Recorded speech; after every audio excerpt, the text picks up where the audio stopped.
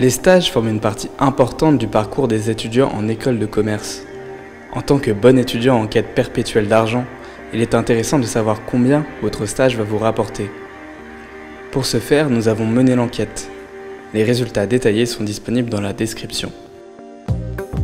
On peut commencer par classer les salaires selon le parcours du candidat. Le premier critère est l'école d'origine du stagiaire. Sans surprise, on retrouve un top 3 dominé par les parisiennes. HEC avec 1255 € en moyenne, l'ESCP avec 1249 €, puis l'ESSEC avec 1073 €. On peut ensuite classer les écoles selon 3 groupes.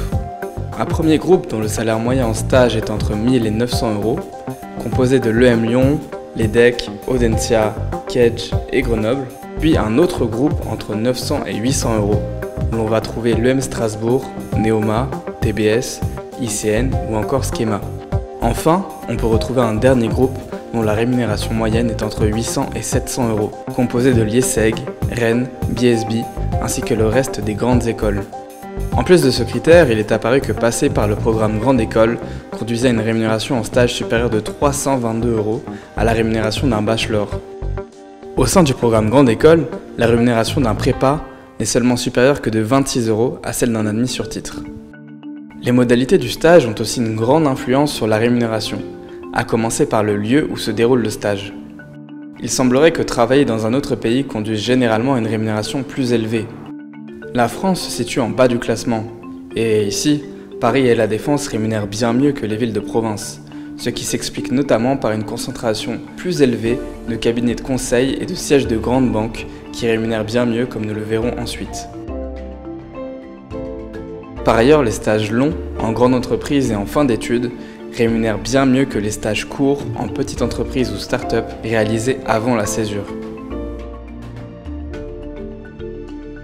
Évidemment, le secteur et le domaine du stage ont aussi une grande influence sur la rémunération du stagiaire. Les domaines qui rémunèrent le mieux sont ceux des stages en audit, en conseil ou encore en droit. Les stages en marketing, en communication, en business development, en ressources humaines ou encore en audiovisuel conduisent à une rémunération souvent moins élevée. On peut ensuite classer les secteurs selon leur rémunération, avec une domination peu surprenante des stages en banque ou en cabinet d'audit conseil. Ce sont les médias, les loisirs, la culture ou encore le public et l'éducation qui arrivent en bas du tableau.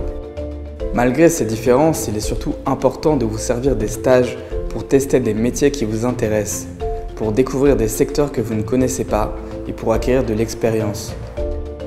La rémunération est loin d'être un critère de choix judicieux pour assurer votre carrière professionnelle. Bon courage!